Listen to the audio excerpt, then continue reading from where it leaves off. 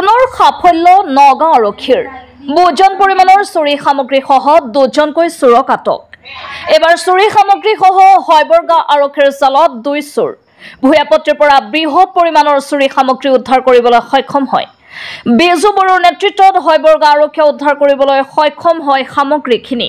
ঘটনাটিৰ সন্দৰ্ভত পংকজ বৰদলৈ আৰু কৃষ্ণ দাস নামৰ 2টা চোৰক আটক কৰিবলৈ সক্ষম হয় আৰক্ষীয়ে।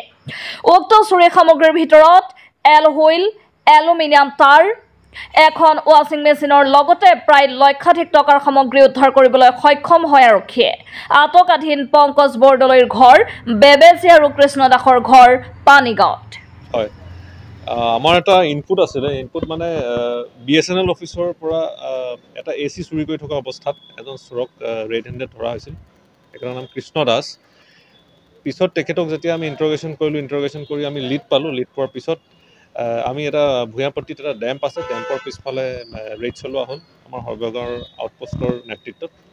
তেওঁলোকে বৃহৎ পৰিমাণে চুৰি সামগ্ৰী তাৰ পৰা উদ্ধাৰ কৰিলে।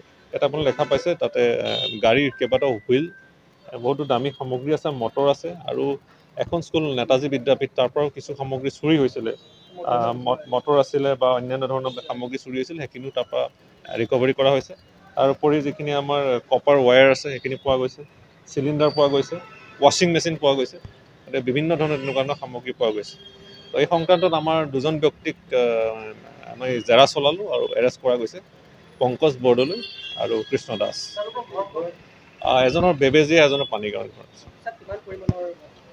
এইটো আমি এছেছমেণ্টটো কৰা নাই এতিয়া, কিন্তু যথেষ্ট লাখৰ সংখ্যা হ'ব। আৰু এইখিনি যিখিনি আমাৰ যিখিনি লফুল অ'নাৰ, তেওঁলোকক কিছু ক্ষেত্ৰত আমি পাইছোঁ, তেওঁলোকক এইটো প্ৰপাৰলি জিম্মা দিয়া। এইখিনি এটা ডেম্প পোৱা গৈছিল ভূঞাপট্টি, এই ডেম্পৰ পিছফালৰ পৰা আমি ৰিকভাৰী কৰিছোঁ। যোৱাকালি এজন